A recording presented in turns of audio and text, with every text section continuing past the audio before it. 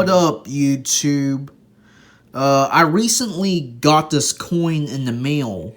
What you see right here is an 1803 draped bus large cent.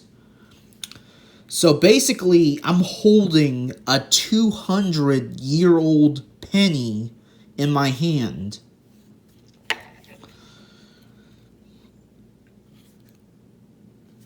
So yeah, it's a really big, chunky coin. So this coin is known as a large cent because back in the day, pennies were pretty big coins. So to put this into perspective, let's compare this large cent to a modern Lincoln cent. So as you can see, my draped bus large cent is much bigger than this modern Lincoln cent. I mean, the Lincoln cent is dwarfed by the large cent. So yeah, so the draped bus large cent is quite a big coin. These large cents were minted using pure copper. So this is quite a big, chunky piece of copper. The large cent is about the same size as a $50. On the obverse, you see a portrait of Lady Liberty. And on the reverse, you see a reef, and you see the denomination, 1 cent. According to PCGS, my 1803 large cent had a mintage of over 3 million. However, only 5,000 of those coins still survive today. So you might ask why so few have survived. Because as I said earlier, only 5,000 of the original 3 million still survive today.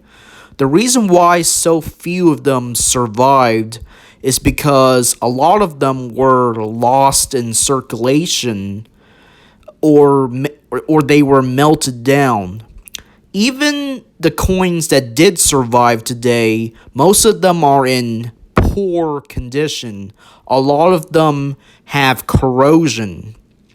So it's very difficult to find an 1803 large cent that does not have any damage or corrosion. As I said earlier, my 1803 large cent had a mintage of 3 million. However, only 5,000 coins still survive today. And most of the coins that did survive are in poor condition. So many of the surviving pieces have problems. So a lot of these coins have corrosion. So it's really hard to find a coin that is free of problems. I mean, so many of these coins are corroded because copper is a very reactive metal. So there's very high demand for large cents in pristine condition. So a coin in this particular condition, which is good for, this coin retails for around $65 in this condition. If this coin was in mint state condition, this coin would be thousands of dollars because these coins are so hard to find in mint state condition. So for every difference in grade, the price really jumps up.